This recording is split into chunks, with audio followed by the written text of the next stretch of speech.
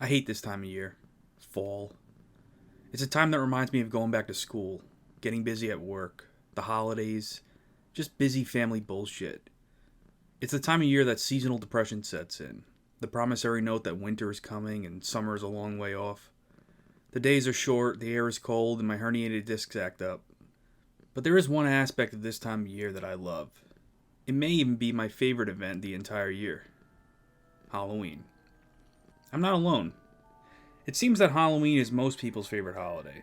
There is something so alluring about the atmosphere of darkness and dread and the purposeful unknown.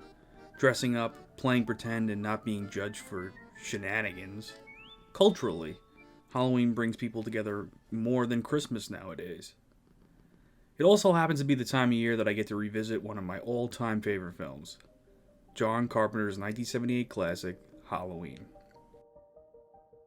It's a film that literally changed my life, and it seems unanimous amongst my generation of filmmakers that in some aspect Halloween has been an inspiration. It's not simply an edgelord nerd con cult classic, it has the makings of a deeply sophisticated piece of high art, and is one of the most important films to come out of the new Hollywood period. Made on a shoestring budget and targeted at the teenager demographic, this giallo-inspired Hitchcockian indie film appears like nothing more than a B-list popcorn horror flick at first glance, yet it still has things to show us even 40 years later. Every year I watch it and I discover something different, and I'm constantly debating with my closest friends whether Carpenter made all the points I bring up intentionally. However intentional or not, if you shut off your brain and give yourself to Halloween, reading the film like a piece of literature, it may surprise you just how layered it actually is. And that's why I'm saying all this today. I'm here to tell you, you've been watching Halloween wrong. Now, on its surface, Halloween is a horror film that succeeds at what it's trying to do, scare you and fill you with an atmosphere of dread. But just under the surface is a film brimming with psychological, thematic elements that can make repeat viewings an entirely different experience. So if you haven't seen Halloween, get on that shit. Then come back here, because class is in session. Lori, you paying attention? Let's begin.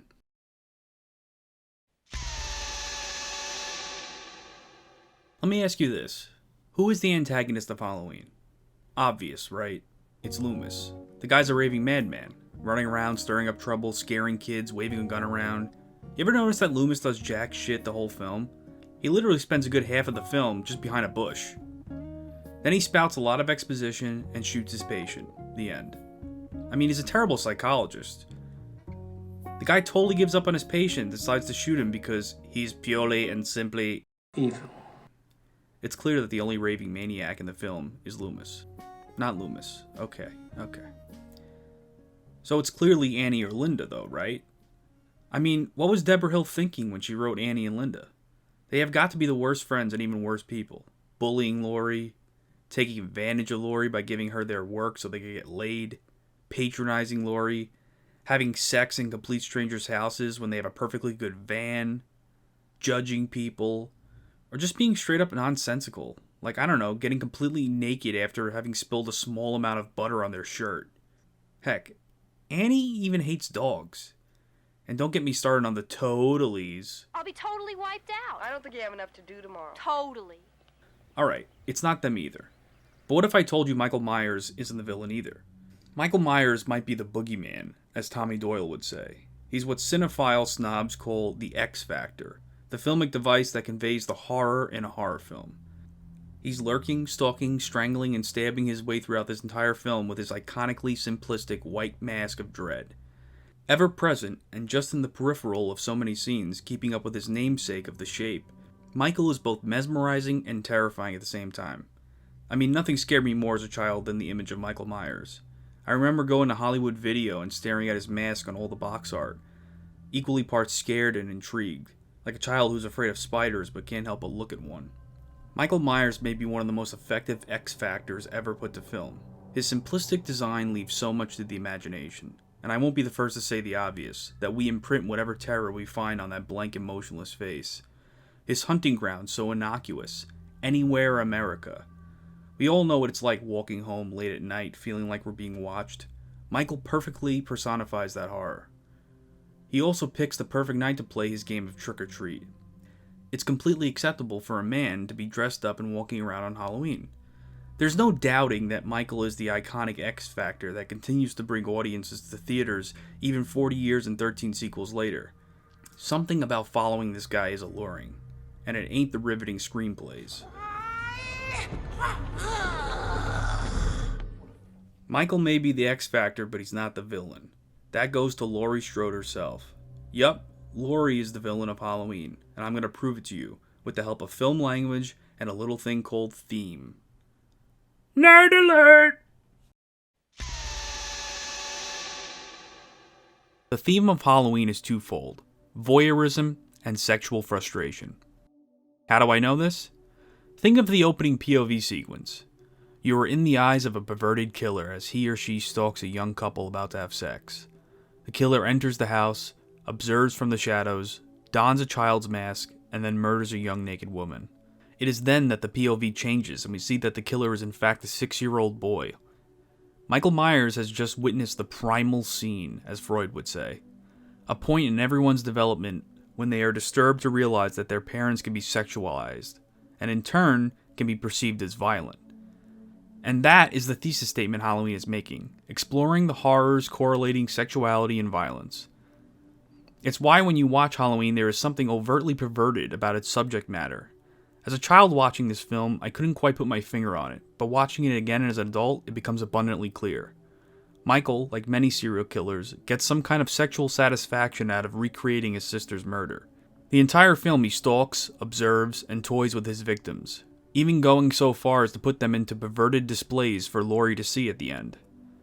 Any scene he's in is accompanied by the diegetic sound of his breathing, which can be read as overtly sexual given this context. Just the two of us. His choice of weapon says something as well. A large kitchen knife, a phallic symbol in its own right, and his bare hands to asphyxiate his victims, a choice many real-life serial killers use as well. The tacit implication of how sexuality can be disturbing is found throughout, but never deliberately spoken of. Instead, the film tries to make sense of this disturbing realization by explaining Michael as pure evil, acting on instinct like an animal. But disregarding the bevy of sequels and lore, the Michael Myers of this film is the most human he's ever been. Michael is more of a perverted stalker than superhuman killing machine. Here, at least. He only kills 5 people, and one of those is a truck driver off screen. His choice of victim makes sense in the standard reading of the film, in that he is recreating the primal scene of his youth with helpless young neglectful babysitters. But for the sake of this discussion, however, Michael's choice of victim serves another purpose. All of them are promiscuous friends of Laurie Strode. Up until this point, I haven't spoken much of Laurie. That's because on the surface there isn't much to say about her, in terms of her protagonist at least. Laurie is bookish, quiet, timid, and reserved. She makes no hard choices and has no wants or needs. Laurie is simply getting by in high school and babysits as a means for cash. She doesn't even seem that unhappy with her situation. There's no hopes or dreams for the future. Nothing, at least in what the film gives us. She's just the straight friend. In later years, she would be the prototypical final girl, a virgin who makes it out unscathed. Laurie's one defining moment is when she reveals that she likes Ben Tramer. Annie, the more outgoing of the two, teases Laurie, and then prompts her to go out with him, even mentioning that she could get word to him for her. Laurie is embarrassed and doesn't want to. Later on in the night, Annie divulges that she's told Ben Tramer about Laurie, and now Laurie wants Annie to call it off. She's too shy and not ready. Annie agrees only if Laurie does her job for her by watching little Lindsay Wallace. Laurie, ever the goody two-shoes, agrees and lets her friend go off in the night and have fun. Now let's go under the surface a little bit. A lot can be understood from analyzing the sartorial code of a film's characters. Laurie is a straight shooter. She wears no makeup and keeps her hair plain. Jamie Lee Curtis has this kind of tomboy presence. Her face has masculine features with high cheekbones and a straight jaw. And I'm convinced that this is what John Carpenter saw and wanted in his Laurie. I mean, I personally always feel that Jamie has this androgynous look to her, but that's besides the point. What about how she dresses, though? Well, it's studious and kempt. I mean, what could you say? Sweaters and long sleeves. Out of her friends, she reveals the least. And it's not until the final scene that Laurie finally shows some skin. Her shirt comes undone, Michael slices her sleeve at the shoulder. Laurie's friends, on the other hand, bear it all, with Linda showing her breasts and Andy stripping down over spilled butter, running around in an extra-large man's shirt. It's safe to say that these two are the more exhibitionists of the trio, and this is no mistake.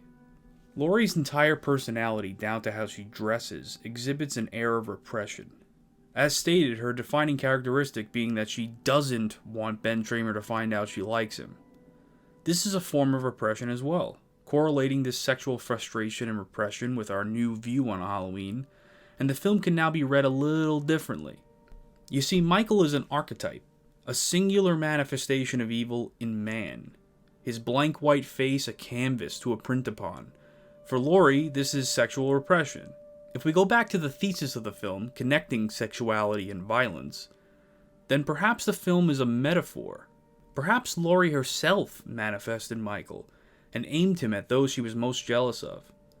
I mean, no one would blame Laurie for being jealous. It's completely reasonable. Her friends are characterized as horny, promiscuous, teasing jerks, perfectly willing to take advantage of her whenever they want to get their kicks. It's reasonable that Laurie has resentment. Think about how Michael stalks Laurie for most of the film. I mean, he knows where she is. He followed her and her friends. If Michael simply wanted to kill Laurie, he could have done it much earlier. It seems more like he wants to get Laurie. He wants to covet her. Or maybe he's an extension of her. A boogeyman to get back at her friends for doing things that she's uncomfortable with. Laurie herself has a slight hint of the voyeur as well. Ignoring long sections of exposition explaining Michael's appearance that night, Laurie quite literally conjures Michael up as she daydreams in class. There are several points where Laurie sees Michael and then he simply disappears. But then later on, she watches Annie's house wondering what could be happening, all the while Michael is across the street wreaking havoc. This back and forth watching between both parties gives them an intrinsic link, telling the audiences through film language that Laurie and Michael will face each other, or perhaps reveal similarities. When Laurie finally checks on her friends and finds the horrific displays of their deaths, Michael manifests again from the shadows, just over her shoulder. Almost like her id attacking her ego.